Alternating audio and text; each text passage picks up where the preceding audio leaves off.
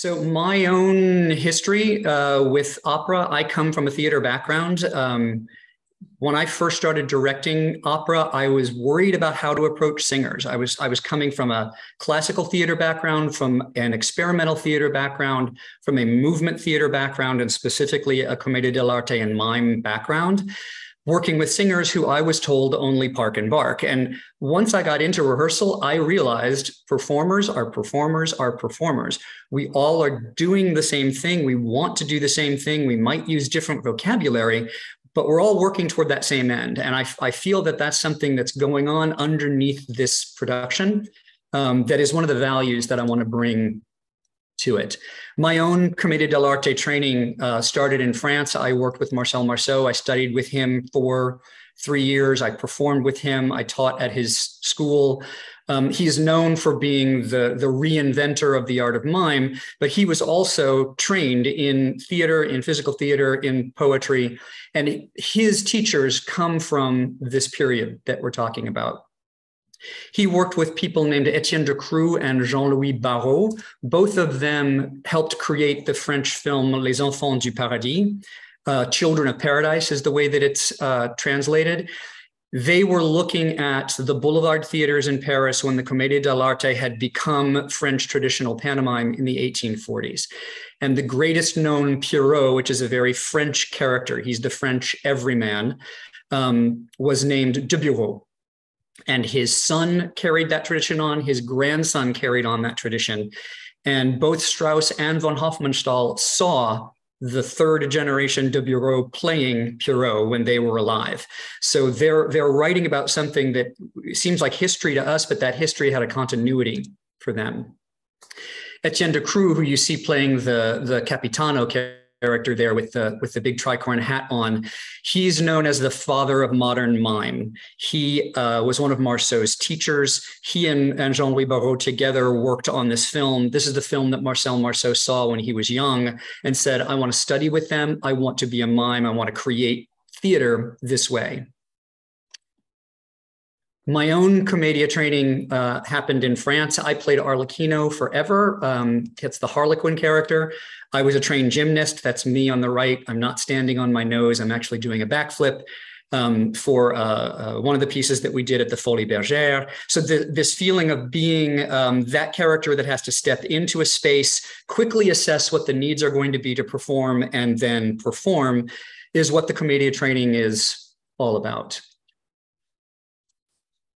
Commedia and opera obviously go together. There's a lot of commedia dell'arte characters underneath things, even like The Marriage of Figaro. And Don Giovanni started as a commedia show for almost 60 years before the opera was created.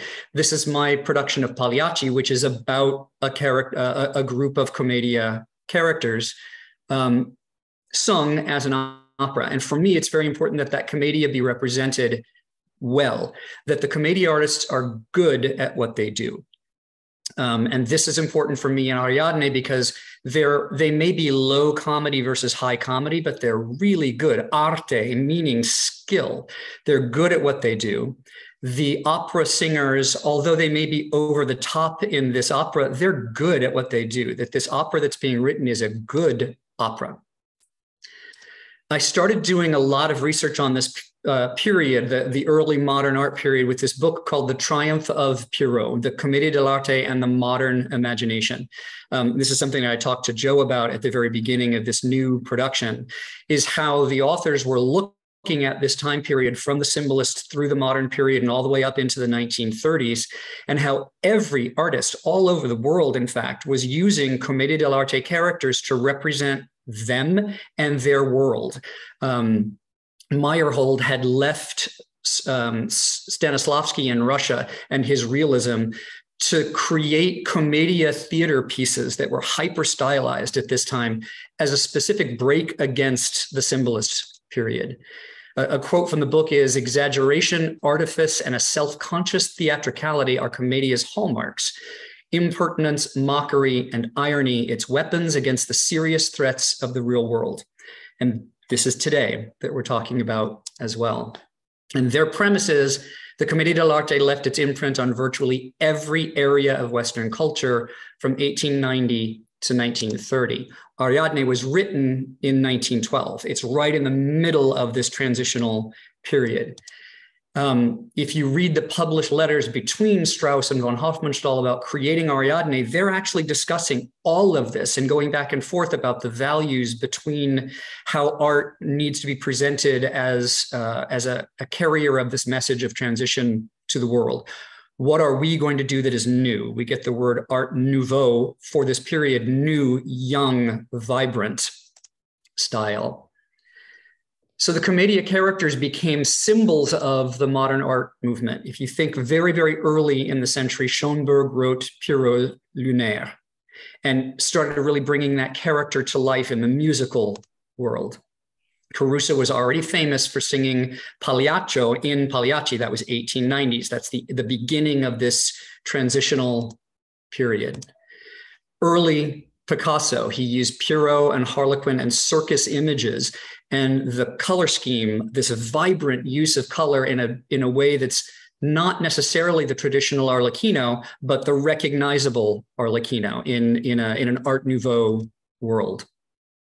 The Ballet Russe were doing the same thing. Nijinsky played Petrushka, which was a very dark Russian version of Pierrot, and telling this dark, dramatic, theatrical story with him, and not necessarily a comic one. In the theater and dance world during this period, Gordon Craig was creating what he called the actor as Übermarionette. These are things that were the seeds for the modern acting techniques that Etienne Decroux, Charles Dulin, and Jean-Louis Barrault, all of them started learning at this time.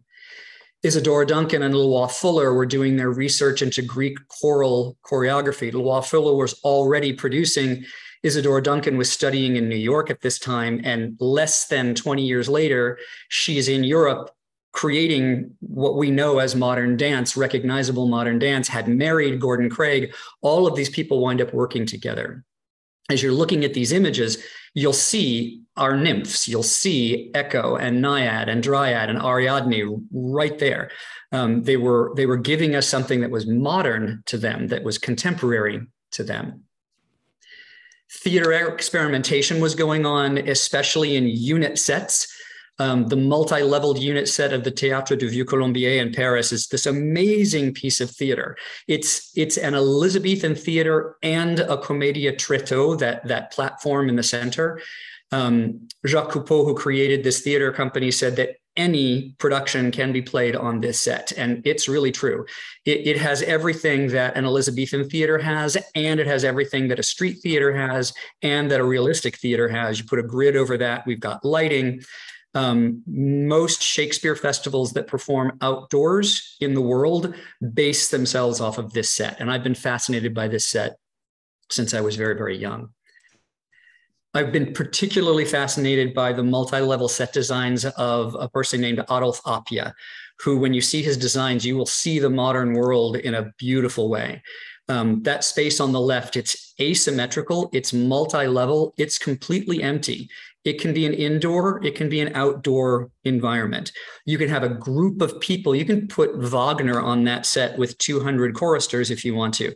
You can have a duet that's intimate in this huge open space there. The image on the right is one that's going to be very important for what you're going to be seeing later on today. These are the environment that these people would be performing in. So for the second half of our show, this is the world that they're creating, that they're trying to create for. My passion for this type of set, I've used them in theater and in opera all over the world. This is a production of The Taming of the Shrew, the German opera version in Perth, Australia. Several multi-leveled platforms that allow us to see more in that space than you think that you should be able to see. I just did a reduced production of Debussy's Pelléas and Mélisande in New York. Multi-level platforms, a lighting instrument inside a well that is the fountain, projections, and suddenly it's all about the people. Debussy was writing in the symbolist period. This is the same period that we're talking about moving forward from. So this brings me to our people. We now know our space. We know our world they live in. Who are these people? The prima donna of the Art Nouveau theater was Sarah Bernhardt. Looking at her already, she was the muse to so many authors and artists.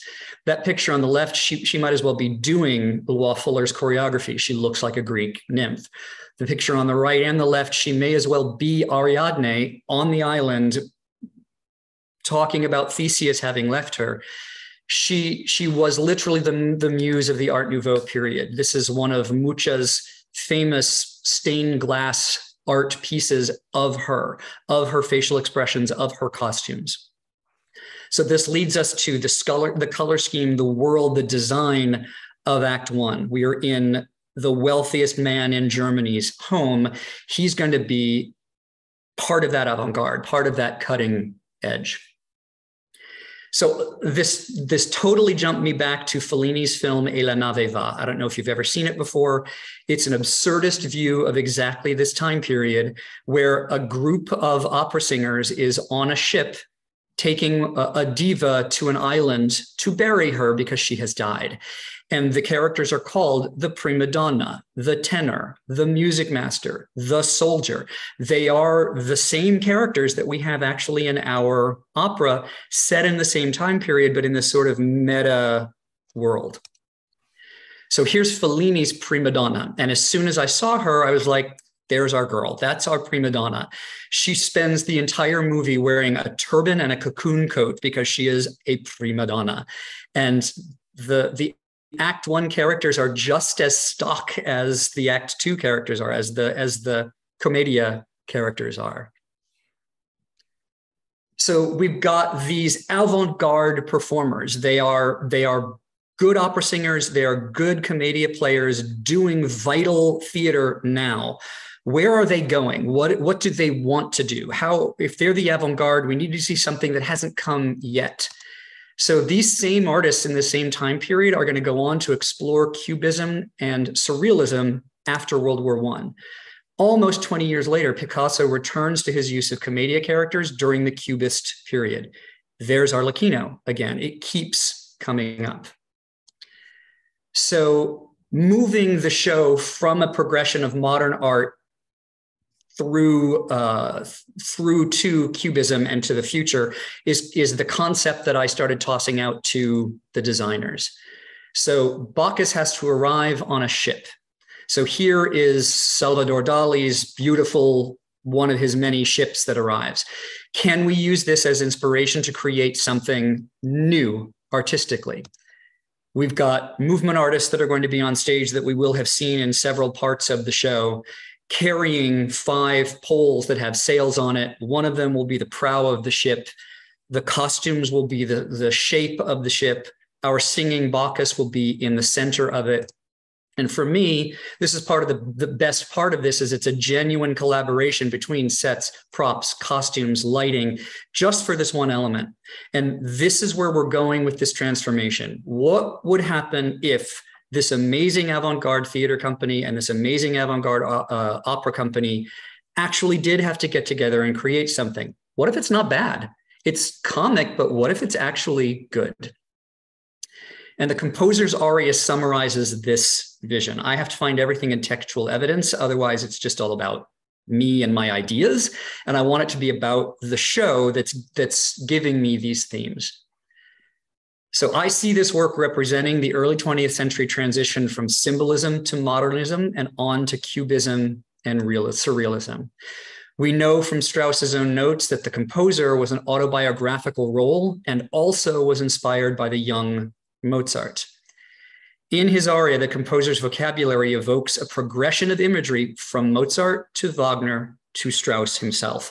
So from classicism to symbolism to modernism, exactly what the research is showing us. This helps us to make sense of some of the vocabulary and images in the composer's aria. Much of the text employs hermetic buzzwords, Masonic language that would trigger a listener with ears to hear and eyes to see, to follow Masonic lines of thought. There's Mozart, there's the magic flute. He then gives his art a new name. He calls it holy music. He may as well say Wagner's Gesamtkunstwerk at the end of his aria. So what's he writing now? He's writing something transfigural. And all of this imagery is what we're going to use to create the transfiguration at the end of the Ariadne opera, not only of the characters, but of the world of art. What happens? How is the world of modern art transfigured because these two types of arts move together and perform together to create something new?